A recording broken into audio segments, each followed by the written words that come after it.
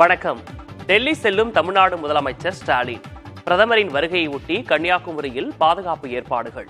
ஒருபுறம் வாட்டி வதைக்கும் வெப்பம், மறுபுறம் அவதியடைய செய்யும் கனமழை. கார்கில் தாக்குதல் குறித்து நவாஸ் ஷெரீப் பேச்சு என உள்ளூர் முதல் உலகம் வரையிலான செய்திகளை நிமிட செய்திகளாக பார்க்கலாம். இந்தியா கூட்டணி கட்சி தலைவர்களின் ஆலோசனைக் கூட்டத்தில் பங்கேற்பதற்காக முதலமைச்சர் மு.க.ஸ்டாலின் வரும் 1ஆம் தேதி டெல்லி செல்கிறார். இதனிடையே திமுக நிர்வாகிகளுடன் அவர் ஆலோசனை நடத்தினார். வரும் 1ஆம் தேதி இந்தியா கூட்டணி கட்சிகளின் ஆலோசனைக் கூட்டம் டெல்லியில் நடைபெற உள்ளது. இந்தியா கூட்டணியில் இடம்பெற்றுள்ள காங்கிரஸ், திமுக, சமாஜ்வாதி, தேசியவாத காங்கிரஸ், உத்தவ் தாக்கரேவின் சிவசேனா, திரிணாமுல் காங்கிரஸ் உள்ளிட்ட 28 கட்சிகளுக்கு ஆலோசனைக் கூட்டத்தில் பங்கேற்க அழைப்பு விடுக்கப்பட்டுள்ளது. இந்த கூட்டத்தில் பங்கேற்பதற்காக வரும் 1ஆம் தேதி முதலமைச்சர் மு.க.ஸ்டாலின் டெல்லி செல்ல உள்ளார். இதற்காக சென்னை அண்ணா அறிவாலயத்தில் கே.என். நேரு, டி.ஆர். பாலு, ஐ. பெரியசாமி உள்ளிட்டோருடன் முதலமைச்சர் மு.க.ஸ்டாலின் ஆலோசனை நடத்தினார். முன்னாள் முதலமைச்சர் கருணாநிதியின் 100ஆண்டு நிறைவு விழா மற்றும் தேர்தல் முடிவுகளுக்கான ஏற்பாடுகள் குறித்தும் திமுக நிர்வாகிகளுடன் அவர் ஆலோசனை மேற்கொண்டதாக தகவல் வெளியாகியுள்ளது. பிரதமர் நரேந்திர மோடி வரும் 30ஆம் தேதி முதல் ஜூன் 1ஆம் தேதி வரை தமிழகத்தின் கன்னியாகுமரிக்கு வருகிறார். பிரதமர் அலுவலகம் வெளியிட்டுள்ள செய்திக்குறிப்பில், கன்னியாகுமரி செல்லும் பிரதமர் மோடி சுவாமி விவேகானந்தர் தியானம் செய்த அதே இடத்தில் 30ஆம் தேதி மாலை முதல் ஜூன் 1ஆம் தேதி மாலை வரை இரவு பகலாக தியானம் செய்ய உள்ளதாக தெரிவிக்கப்பட்டுள்ளது. தேர்தல் பரப்புரைகளின் முடிவில் ஆன்மீக பயணங்களை மேற்கொள்வதை பிரதமர் மோடி வழக்கமாக கொண்டிருக்கிறார். 2019ஆம் ஆண்டு மக்களவைத் தேர்தல் பரப்புரைக்கு பிறகு கேதார்நாத் சென்றிருந்த பிரதமர் மோடி 2014ஆம் ஆண்டு மகாராஷ்டிரா மாநிலத்தில் உள்ள மராட்டிய மன்னன் சிவாஜியின் புகழ் கூறும் பிரதாப்காட் கோட்டையை பார்வையிட்டார். இந்நிலையில் மக்களவைத் தேர்தல் பரப்புரை 30ஆம் தேதி மாலையுடன் நிறைவு பெறுகிறது. 1ஆம் தேதி இறுதி மற்றும் 7ஆம் கட்ட வாக்குப்பதிவு நடைபெறுகிறது. பிரதமர் வருகையை ஒட்டி கன்னியாகுமரியில் பாதுகாப்பு ஏற்பாடுகள் செய்யப்பட்டு வருகின்றன. பிரதமர் தியானம் மேற்கொள்ள உள்ள விவேகானந்தர் நினைவு மண்டபம் அமைந்துள்ள பகுதிகளில் பாதுகாப்பு படையினரும் காவல்துறையினரும் தீவிரமாக கண்காணித்து வருகின்றனர். இதேபோல் கடலோர பாதுகாப்பு படையினரும் காவல்துறையினரும் ரோந்து பணிகளை முடுக்கிவிட்டுள்ளனர். 500க்கும் மேற்பட்ட காவலர்கள் பாதுகாப்பு பணியில் ஈடுபட உள்ளதாக தெரிவிக்கப்பட்டுள்ளது.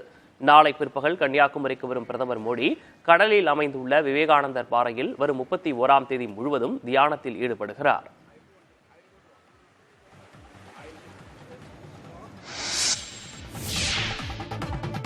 தேர்தல் நடத்தை விதிகள் அமலில் உள்ளதால் கன்னியாகுமரி விவேகானந்தர் பாறையில் பிரதமர் மோடி தியானம் மேற்கொள்ள அனுமதிக்கக்கூடாது என தமிழ்நாடு காங்கிரஸ் கமிட்டி தலைவர் செல்வ பெருந்தகை வலியுறுத்தியுள்ளார். எக்ஸ் தளத்தில் பதிவிட்டுள்ள அவர், பிரதமர் மோடி கன்னியாகுமரியில் தியானம் செய்ய உள்ளதாக தகவல்கள் வெளிவருவதாக குறிப்பிட்டுள்ளார். தேர்தல் நடத்தை விதிமுறைகள் அமலில் இருப்பதால் இதுபோன்ற நிகழ்ச்சிக்கு தேர்தல் ஆணையம் அனுமதி அளிக்கக்கூடாது என்றும் அவர் பதிவிட்டிருக்கிறார். வாக்குப்பதிவுக்கு முந்தைய 48 மணி நேர அமைதி காலத்தில் இதுபோன்ற நிகழ்ச்சியின் மூலமாக ஊடகங்கள் வாயிலாக மோடி மறைமுக பரப்புரை செய்ய முயற்சிப்பது தெளிவாக தெரிவதாக செல்வ பெருந்தகை குற்றம் சாட்டினார். இதுகுறித்து தேர்தல் ஆணையத்திற்கு கடிதம் எழுத உள்ளதாகவும் தேவைப்பட்டால் நீதிமன்றத்தை அணுகுவோம் என்றும் குறிப்பிட்டுள்ளார். இதனிடையே புதிய தலைமுறைக்கு தொலைபேசி வாயிலாக அளித்த பேட்டியில், பிரதமர் மோடியின் தியான நிகழ்ச்சிக்கு அனுமதி தந்தால் காங்கிரஸ் சார்பில் நாங்களும் அனுமதி கேட்போம் என தெரிவித்திருக்கிறார்.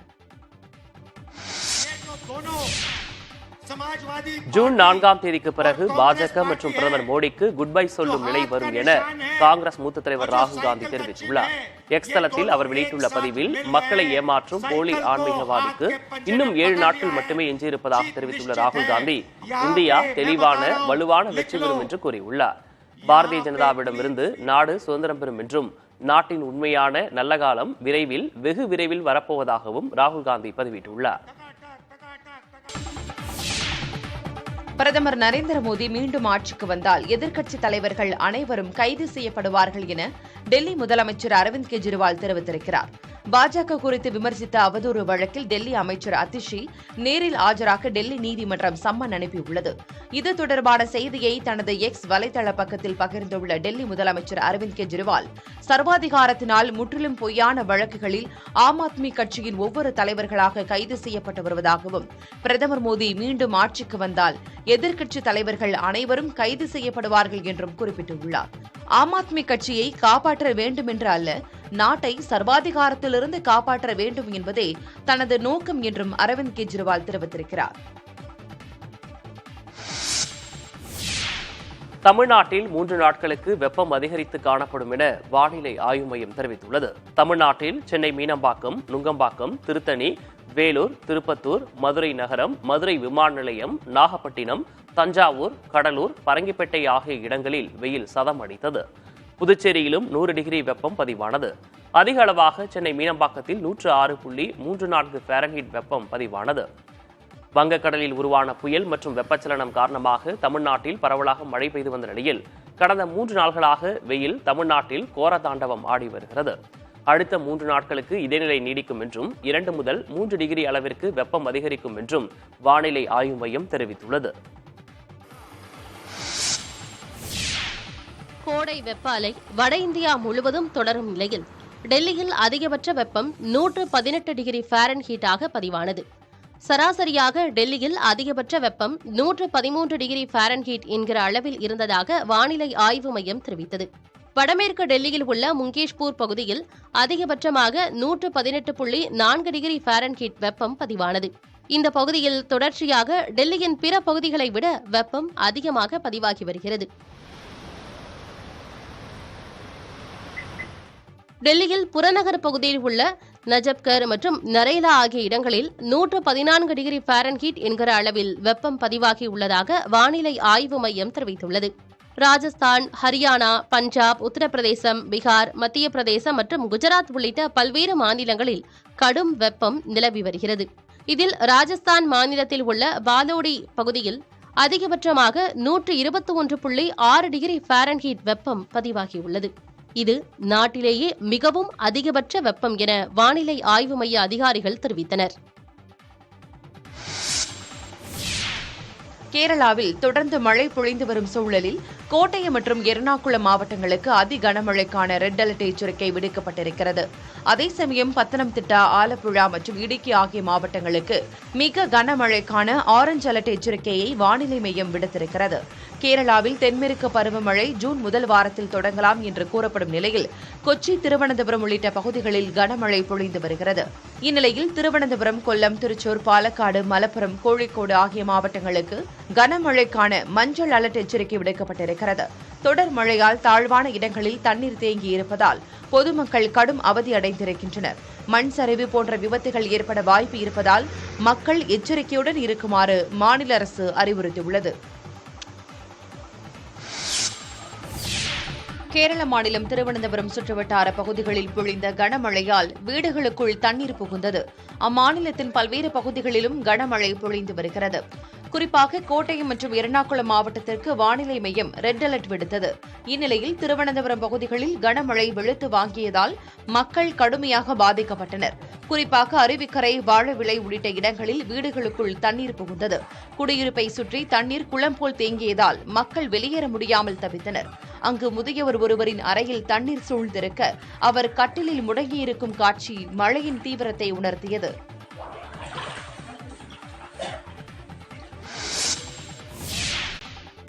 இந்தியாவுடனான ஒப்பந்தத்தை மீறி கார்கில் தாக்குதலை நடத்தியது தவறு என பாகிஸ்தான் முன்னாள் பிரதமர் நவாஸ் ஷெரீப் வருத்தம் தெரிவித்துள்ளார். 1999ஆம் ஆண்டு வாஜ்பாய் ஆட்சியின் போது காஷ்மீரில் உள்ள கார்கில் பகுதியில் பாகிஸ்தான் ராணுவம் அத்துமீறி நுழைந்து கடும் தாக்குதலை நடத்தியது. இந்த போரில் பாகிஸ்தான் ராணுவத்திற்கு தக்க பதிலடி கொடுத்து இந்தியா விரட்டியடித்தது. இந்நிலையில் இஸ்லாமாபாத்தில் நடந்த பாகிஸ்தான் முஸ்லீம் லீக் நவாஸ் கட்சி நிகழ்ச்சியில் கார்கில் போர் தொடர்பாக பேசிய நவாஸ் ஷெரீப் இந்தியாவுடன் மேற்கொள்ளப்பட்ட லாகூர் ஒப்பந்தத்தை பாகிஸ்தான் மீறியதாகவும் அதன் தொடர்ச்சியாக கார்கில் தாக்குதலை நடத்தியது தவறுதான் என்றும் கூறினார். கார்கில் தாக்குதல் நடைபெற்ற போது பாகிஸ்தானின் பிரதமராக நவாஸ் ஷெரீப் இருந்தார். 25 ஆண்டுகளுக்கு பின்னர் கார்கில் போர் தொடர்பாக அவர் பேசியிருப்பது முக்கியத்துவம் வாய்ந்ததாக கருதப்படுகிறது. ரிமல் புயல் கரையை கடந்த நிலையில் வடகிழக்கு மாநிலங்களில் பெய்து வரும் கனமழையால் கடும் சேதங்கள் ஏற்பட்டுள்ளன. அசாம் மற்றும் மணிப்பூர் மாநிலங்களில் பலத்த காற்றுடன் கனமழை பெய்து வருகிறது. அசாம் மாநிலத்தில் மழை தொடர்பான விபத்துகளில் சிக்கி ஒருவர் உயிரிழந்ததாகவும் குழந்தைகள் உள்பட 17 பேர் காயமடைந்துள்ளதாகவும் பேரிடர் குழுவினர் தெரிவித்துள்ளனர். பலத்த காற்று வீசியதால் பல்வேறு இடங்களில் மரங்கள், மின்கம்பங்கள் மீது விழுந்ததால் மின் விநியோகம் தடைப்பட்டது. பல்வேறு முக்கிய சாலைகளில் நிலச்சரிவு ஏற்பட்டுள்ளதால் போக்குவரத்து பாதிக்கப்பட்டது. சேதமடைந்த பகுதிகளில் மீட்பு மற்றும் நிவாரணப் பணிகளை அசாம் மாநில அரசு துரிதப்படுத்தியுள்ளது. மணிப்பூரிலும் இடைவிடாமல் மழை பெய்து வருகிறது. இம்பால், காங்போக்பி, சேனாதிபதி உள்ளிட்ட மாவட்டங்களில் நிலச்சரிவு மற்றும் வெள்ளப்பெருக்கு ஏற்பட்டுள்ளதால் மக்களின் இயல்பு வாழ்க்கை பாதிக்கப்பட்டது. முக்கிய சாலைகள், குடியிருப்பு பகுதிகளில் மழைநீர் பெருக்கெடுத்து ஓடுவதால் மீட்பு பணிகளில் சிக்கல் நிலவுகிறது. இம்பால் ஜெரிபாம் நெடுஞ்சாலையில் ஏற்பட்ட நிலச்சரிவில் சிக்கி லாரி ஒன்று பள்ளத்தாக்கில் அடித்துச் செல்லப்பட்ட காட்சிகள் வெளியாகியுள்ளன. இது தவிர நாகாலாந்து, மிசோரம் மாநிலங்களிலும் கனமழையால் கடும் சேதங்கள் ஏற்பட்டுள்ளன.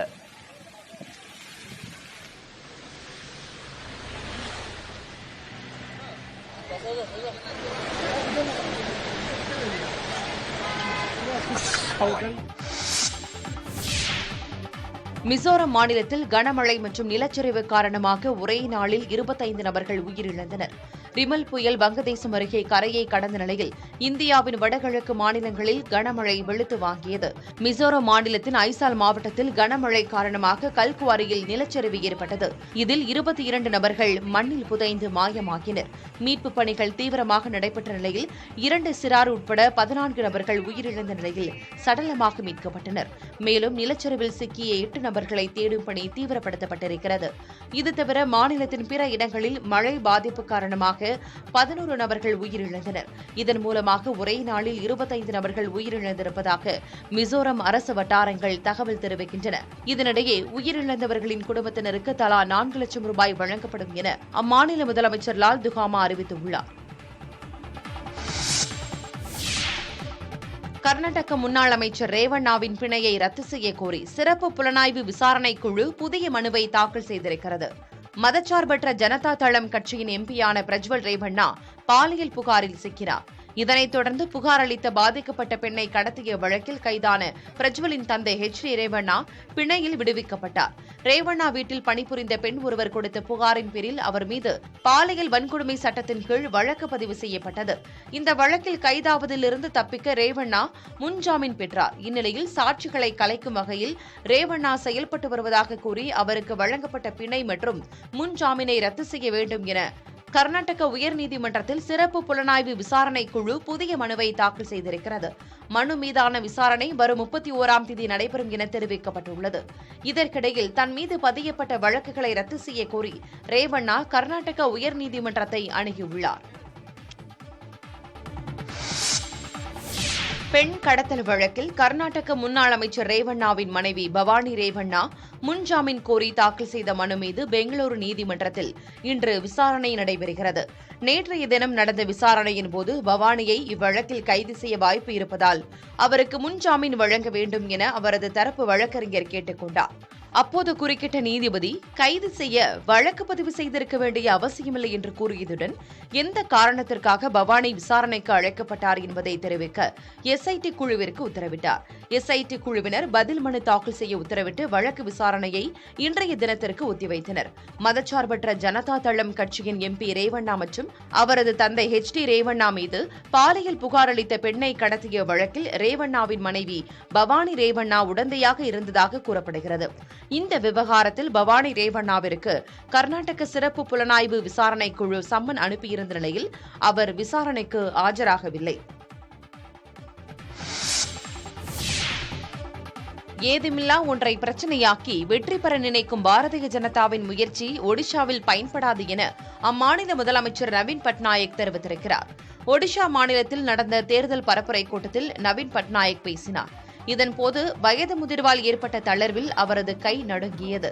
இதை பார்த்த முன்னாள் அரசு அதிகாரியும் பிஜு ஜனதா தள மூத்த நிர்வாகியுமான VK பாண்டியன் நவீன் பட்நாயக் கையை எடுத்து மைக் அருகே மறைவாக வைத்தார். இந்த காட்சியை தனது X பக்கத்தில் பகிர்ந்துள்ள பாஜக நிர்வாகியும் அசாம் மாநில முதலமைச்சருமான ஹிமந்த பிஸ்வா சர்மா நவீன் பட்நாயக்கின் கையை VK பாண்டியன் கட்டுப்படுத்துவதாக குற்றம் சாட்டினார். மிகுந்த மன உளைச்சலை ஏற்படுத்திய காட்சி என்றும் தமிழகத்தைச் சேர்ந்த ஒருவர் ஒடிஷாவின் எதிர்காலத்தை கட்டுப்படுத்தும் அளவை நினைத்து பார்க்க முடியவில்லை என்றும் குற்றம் சாட்டியிருந்தார். இதற்கு பதிலளித்துள்ள ஒடிஷா முதலமைச்சர் நவீன் பட்நாயக் ஒன்றுமே இல்லாததை பிரச்சனையாக மாற்றுவதில் பாஜக கை தேர்ந்தவர்கள் என்றும் ஆனால் அது பலிக்காது என்றும் கூறினார்.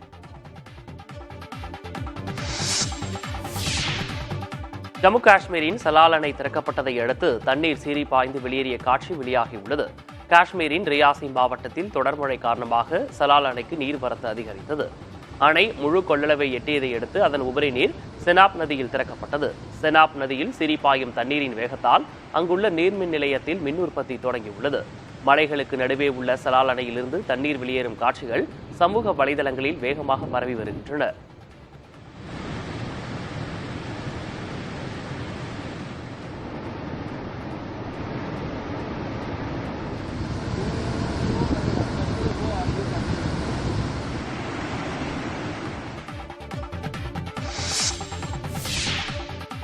விருதுநகர் மாவட்டம் சிவகாசி அருகே விதிமுறைகளை மீறி சரவெடிகளை பதுக்கி வைத்திருந்த 4 பட்டாசு விற்பனை கடைகள் மற்றும் கிடங்கிற்கு சீல் வைக்கப்பட்டது.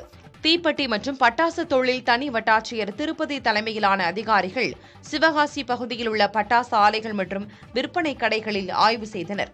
அனுப்பங்குளத்தில் அருணாச்சலம் என்பவரது பட்டாசு ஆலை கிடங்கில் தடை செய்யப்பட்ட 1000, 2000, 5000 வாலா சரவெடிகளை பதுக்கி வைத்திருந்ததால் அக்கிடங்கிற்கு அதிகாரிகள் சீல் வைத்தனர். ஆலையின் உரிமம் ஏற்கனவே தற்காலிகமாக ரத்து செய்யப்பட்டிருக்கும் நிலையில் உரிமத்தை நிரந்தரமாக ரத்து செய்ய மாவட்ட நிர்வாகத்திற்கு அதிகாரிகள் பரிந்துரை செய்தனர். விருதுநகர் அருகே வி. முத்துலிங்காபுரம் கிராமத்தில் சக்தி வேல்ராஜன் என்பவருக்கு சொந்தமான 4 பட்டாசு கடைகளில் தடை செய்யப்பட்ட சரவெடியும் கிடங்கில் அதிகளவு பட்டாசுகளும் இருப்பு வைக்கப்பட்டிருந்ததால் பட்டாசு கடைகள் மற்றும் கிடங்கிற்கு சீல் வைக்கப்பட்டது. சக்திவேல் ராஜனுக்கு சொந்தமான பட்டாசு ஆலை உரிமத்தையும் தற்காலிகமாக ரத்து செய்ய அதிகாரிகள் மாவட்ட நிர்வாகத்திற்கு பரிந்துரை செய்தனர். விருதுநகர் மாவட்டம் சாத்தூர் அருகே ஆக்கிரமிக்கப்பட்டு இருந்த 3 கோடி ரூபாய் மதிப்பிலான அரசு நிலத்தை வருவாய்த்துறை அதிகாரிகள் மீட்டனர். சாத்தூர் அருகே சின்னகாமன்பட்டி கிராமத்தைச் சேர்ந்த சங்கரவேல் என்பவருக்கு 1971ஆம் ஆண்டு சிவகாசி செல்லும் சாலை அருகில் 71 சென்ட் இடத்தை விவசாயம் செய்வதற்கு பூமி தானமாக தமிழக அரசு வழங்கியிருந்தது. 1998ஆம் ஆண்டு சங்கரவேல் இறந்துவிட்ட நிலையில் தமிழக அரசால் வழங்கப்பட்ட பூமி தான இடத்தை சங்கரவேலின் வாரிசுதாரர்கள் முறையான ஆவணமின்றி தொடர்ந்து பயன்படுத்தி வந்துள்ளனர். இது தொடர்பாக சங்கரவேலின் வாரிசுதாரர்களுக்கு வருவாய்த்துறையினர் 4 முறை சம்மன் அனுப்பியும் முறையாக விசாரணைக்கு ஆஜராகாததால் சங்கரவேல் வாரிசுதாரர்கள் ஆக்கிரமிப்பு செய்த 3 கோடி ரூபாய் மதிப்புள்ள இடத்தை காவல்துறை உதவியுடன் வருவாய்த்துறையினர் மீட்டனர். ஆக்கிரமிப்பு செய்த இடத்தை கையகப்படுத்தும் போது சங்கரவேலின் வாரிசுதாரர்கள் காவல்துறையினரிடம் வாக்குவாதத்தில் ஈடுபட்டதால் அந்த பகுதியில் சிறிது நேரம் பரபரப்பு ஏற்பட்டது. அமெரிக்காவின் டெக்சாஸ் மாகாணத்தில் வீசிய புயல் விமானம் ஒன்றை நகர்த்திய காட்சிகள் தற்போது வெளியாகியுள்ளன. மத்திய அமெரிக்க மாகாணங்களை சக்தி வாய்ந்த புயல் ஒன்று நேற்று முன்தினம் தாக்கியது. இதன் காரணமாக டெக்சாஸ், ஓக்லஹோமா, ஆர்கன்சாஸ் உள்ளிட்ட மாகாணங்கள் கடும் சேதங்களை சந்தித்தன. இந்நிலையில் டெக்சாஸ் விமான நிலையத்தில் நிறுத்தி வைக்கப்பட்டிருந்த விமானம் ஒன்று புயல் காற்றில் நகர்ந்த காட்சிகள் சமூக வலைதளங்களில் வெளியாகின. சூறாவளி காற்றில் வீடுகள், குடியிருப்புகளின் மேற்கூரைகள் பலத்த சேதமடைந்துள்ளன. மரங்கள், மின்கம்பங்கள் முறிந்து விழுந்ததால் பல்வேறு பகுதிகளில் மின்தடை ஏற்பட்டுள்ளது. மேலும் புயல், மழை உள்ளிட்ட விபத்துகளில் சிக்கி 20 நபர்கள் உயிரிழந்தனர். பாதிக்கப்பட்ட பகுதிகளில் மீட்பு மற்றும் நிவாரணப் பணிகள் முடுக்கிவிடப்பட்டுள்ளன. டெக்சாஸ், நியூயார்க் உள்ளிட்ட மாகாணங்களில் மழை நீடிக்கும் என்றும் தெரிவிக்கப்பட்டுள்ளது. இஸ்ரேல் நடத்தி வரும் தாக்குதலால் காசாவின் ரஃபா நகரிலிருந்து பொதுமக்கள் உயிரை காத்துக்கொள்ள வெளியேறி வருகின்றனர். காசாவில் நடக்கும் போரில் வீடு இழந்தவர்கள் தங்கியிருந்த கூடாரங்கள் மீது இஸ்ரேல் நடத்திய ஏவுகணை தாக்குதலில் குழந்தைகள், பெண்கள் என 45 பேர் கொல்லப்பட்டனர். காசா எகிப்து எல்லையில் உள்ள ரஃபா நகரில் கூடாரங்கள் அமைத்து வசித்து வருவோர் மீது நடத்தப்பட்ட இந்த தாக்குதல் இஸ்ரேலுக்கு எதிராக கடும் எதிர்வினையை ஆற்றியுள்ளது. பல்வேறு நாடுகள் இஸ்ரேலின் தாக்குதலுக்கு கண்டனம் தெரிவித்து வரும் வேளையில் ரஃபா நகரில் வசிக்கும் பாலஸ்தீனியர்கள் தங்களது உயிரை காத்துக்கொள்ள கூட்டம் கூட்டமாக வெளியேறி வருகின்றனர். ரஃபா நகரிலிருந்து வெளியேறும் அவர்கள் கான் யூனிஸ் நகரில் குடியேறும் முயற்சியில் ஈடுபட்டுள்ளனர். இஸ்ரேலின் தாக்குதலுக்கு மத்தியிலும் அவர்கள் குடும்பத்தினருடன் வாகனங்களில் பொருட்களோடு வெளியேறுகின்றனர். தமிழ்நாடு பல்கலைக்கழக பாடத்திட்டங்களில் திராவிட வரலாறு மட்டுமே உள்ளதாக ஆளுநர் ஆர். என். ரவி குற்றம் சாட்டியுள்ளார். நீலகிரி மாவட்டம் ஊட்டியில் ஆளுநர் ஆர். என். ரவி தலைமையில் பல்கலைக்கழக துணைவேந்தர்கள் மாநாடு நடைபெற்றது. இதன் இறுதி நாள் கூட்டத்தில் உரையாற்றிய ஆர். என். ரவி, பல்கலைக்கழகங்கள் தொலைநோக்கு பார்வையோடு செயல்பட வேண்டியது அவசியம் என்றார். தமிழ்நாடு பல்கலைக்கழக பாடத்திட்டங்களில் திராவிட வரலாறு மட்டுமே நிறைந்திருப்பதாகவும் விடுதலை போராட்ட வரலாறு இல்லை என்றும் ஆளுநர் குற்றம் சாட்டினார். தென் மாவட்டங்களில் உள்ள சில பல்கலைக்கழகங்கள் மட்டுமே வேலு நாச்சியார், வீரபாண்டிய கட்டபொம்மன் உள்ளிட்டோரின் வரலாற்றை பாடத்திட்டத்தில் சேர்த்துள்ளதாகவும் ஆளுநர் கூறினார்.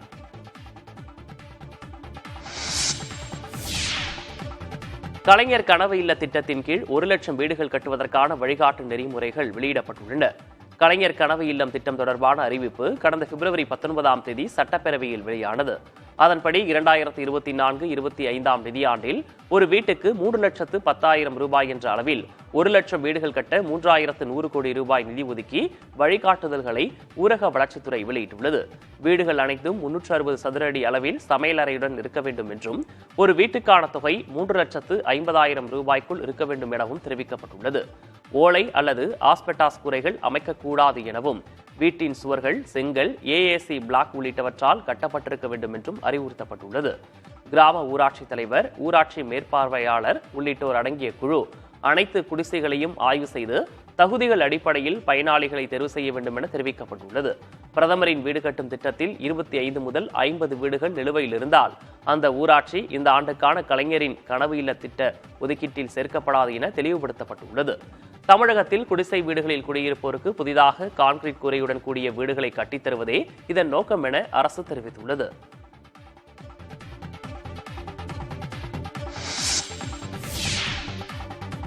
சென்னையில் இரவு நேரங்களில் கடற்கரை பூங்கா செல்வோரை விரட்டுவதை எதிர்த்து தொடரப்பட்ட வழக்கில் டிஜிபி மற்றும் மாநகர காவல் ஆணையர் பதிலளிக்க உயர்நீதிமன்றம் உத்தரவிட்டுள்ளது. சென்னை திருமங்கலத்தைச் சேர்ந்த ஜலீன் சென்னை உயர்நீதிமன்றத்தில் மனு தாக்கல் செய்தார். அதில் கோடை வெப்பத்தை தணிக்க இரவு நேரங்களில் கடற்கரை பூங்காக்களுக்கு செல்லும் மக்களை வெளியேற்றக்கூடாது என காவல்துறைக்கு உத்தரவிட வலியுறுத்தினார். கோடை வெயிலின் தாக்கம் அதிகம் உள்ளதால் வீடுகளுக்குள் முடங்கி கிடக்கும் மக்கள் உளவியல் ரீதியாகவும் மன ரீதியாகவும் பாதிக்கப்படுவதாக மனுதாரர் குறிப்பிட்டிருந்தார். மேலும் கடற்கரை பூங்காக்களுக்கு செல்லும் மக்களை பின்னிரவு வரை அனுமதிக்க கோரி டிஜிபி மாநகர காவல் ஆணையரிடம் மனு அளித்தும் எவ்வித நடவடிக்கையும் இல்லை எனவும் குறிப்பிட்டிருந்தார். மனுவை விசாரித்த நீதிபதிகள் GR சுவாமிநாதன், பாலாஜி அமர்வு டிஜிபி மற்றும் சென்னை மாநகர காவல் ஆணையர் பதிலளிக்க உத்தரவிட்டு வழக்கு விசாரணையை ஒத்திவைத்தது. சேலத்தில் உள்ள ஏரி ஒன்றில் தடை செய்யப்பட்ட ஆப்பிரிக்கன் கழுத்தி மீன்கள் பிடிபட்டதால் பொதுமக்கள் அதிர்ச்சி அடைந்தனர். சுமார் 20 ஏக்கர் பரப்பளவு கொண்ட போடிநாயக்கன்பட்டி ஏரியை தூர்வாரி பூங்கா அமைக்க 15 கோடி ரூபாய் மதிப்பீட்டில் கடந்த 2019ஆம் ஆண்டு பணிகள் தொடங்கப்பட்டன. புதுப்பிக்கப்பட்ட இந்த ஏரி அடுத்த மாதம் பயன்பாட்டிற்கு கொண்டுவர திட்டமிடப்பட்டுள்ளது. இதனிடையே அப்பகுதி மக்கள் அங்கு மீன்பிடித்த போது தடை செய்யப்பட்ட ஆப்பிரிக்கன் கழுத்தி வகை மீன்கள் ஏராளமாக பிடிபட்டன. அந்த வகை மீன்களை உட்கொள்வதால் மலட்டுத்தன்மை ஏற்படுவதுடன் புற்றுநோய் ஏற்படும் அபாயமும் உள்ளது. உடனடியாக ஏரியில் உள்ள தண்ணீர் முழுவதையும் வெளியேற்ற வேண்டும் என பொதுமக்கள் தரப்பில் கோரிக்கை விடுக்கப்பட்டுள்ளது.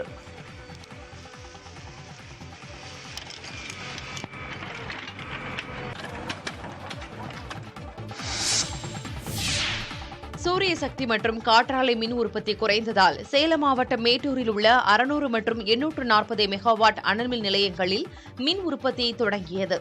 600 மெகாவாட் அனல்மின் நிலையத்தில் 365 மெகாவாட் மின் உற்பத்தியும் 840 மெகாவாட் அனல்மின் நிலையத்தில் 3 அலகுகளில் தலா 155 மெகாவாட் மின் உற்பத்தியும் செய்யப்பட்டு வருகிறது.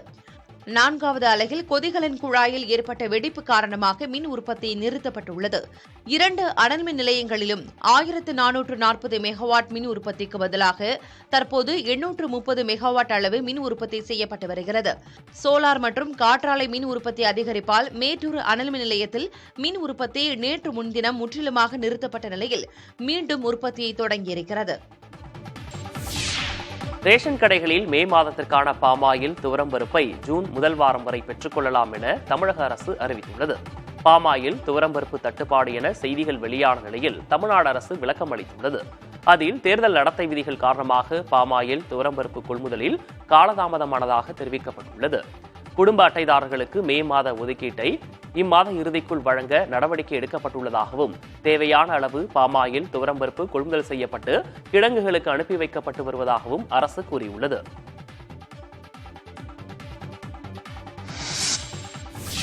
புதிய பஸ் பாஸ் வழங்கும் வரை பழைய பஸ் பாஸை பயன்படுத்தி மாணவர்கள் இலவசமாக பேருந்துகளில் பயணிக்கலாம் என போக்குவரத்து துறை தெரிவித்துள்ளது. கோடை விடுமுறை முடிந்து தமிழ்நாட்டில் வரும் 6ஆம் தேதி பள்ளிகள் திறக்கப்படுகின்றன. புதிய மாணவர் சேர்க்கையை தொடர்ந்து ஒட்டுமொத்தமாக கணக்கெடுப்பு நடத்தப்பட்டு பின்பு மாணவர்களுக்கு புதிய பஸ் பாஸ் வழங்கப்படும் என போக்குவரத்து துறை தெரிவித்துள்ளது. அதுவரை மாணவர்கள் தங்களின் பள்ளி அடையாள அட்டை மற்றும் கடந்த ஆண்டு வழங்கப்பட்ட பஸ் பாஸை பயன்படுத்தி பேருந்துகளில் இலவசமாக பயணிக்கலாம் என அறிவுறுத்தப்பட்டுள்ளது. அதே சமயம் மாணவ மாணவியருக்கு விரைந்து பஸ் பாஸ் வழங்க போக்குவரத்து துறை அதிகாரிகள் பள்ளிக்கல்வித்துறை அதிகாரிகளுடன் இணைந்து செயல்பட்டு வருவதாகவும் தெரிவிக்கப்பட்டுள்ளது.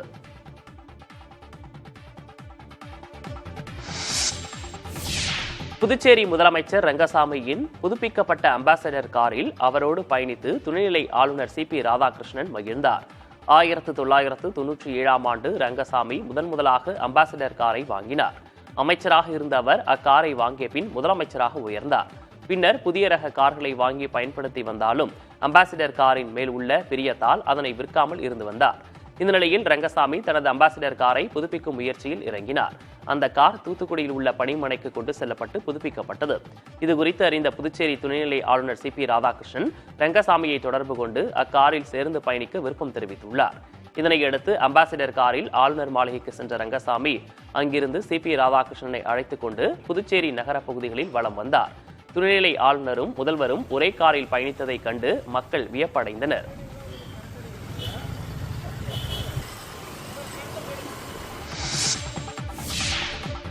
ஈரோடு அரசு மருத்துவமனையில் தூக்குப்படுக்கை இல்லாததால் தாயை மகள் தூக்கிச் சென்றது தொடர்பாக விளக்கம் கேட்டு மருத்துவமனை கண்காணிப்பாளர் உட்பட இருவருக்கு மெமோ வழங்கப்பட்டுள்ளது. சாலை விபத்தில் காயமடைந்த 80 வயதான சொர்ணா என்ற மூதாட்டி சிகிச்சைக்காக ஈரோடு அரசு மருத்துவமனைக்கு அழைத்து வரப்பட்டார். சிகிச்சை அளிக்கக்கூடிய வார்டுக்கு அவரை அழைத்துச் செல்ல தூக்குப்படுக்கை மற்றும் சக்கர நாற்காலி இல்லை என கூறப்படுகிறது. இதனால் அதிருப்தி அடைந்த சொர்ணாவின் மகள் தாயை அவசர சிகிச்சை பிரிவுக்கு தூக்கிச் சென்றார். இது தொடர்பான காட்சிகள் இணையத்தில் பகிரப்பட்டது. இந்நிலையில் இச்சம்பவம் தொடர்பாக விளக்கம் கேட்டு மருத்துவமனை கண்காணிப்பாளர் மற்றும் அலுவலர்களுக்கு மெமோ வழங்கப்பட்டுள்ளதாக சுகாதாரத்துறை இணை இயக்குநர் அம்பிகா தெரிவித்துள்ளார்.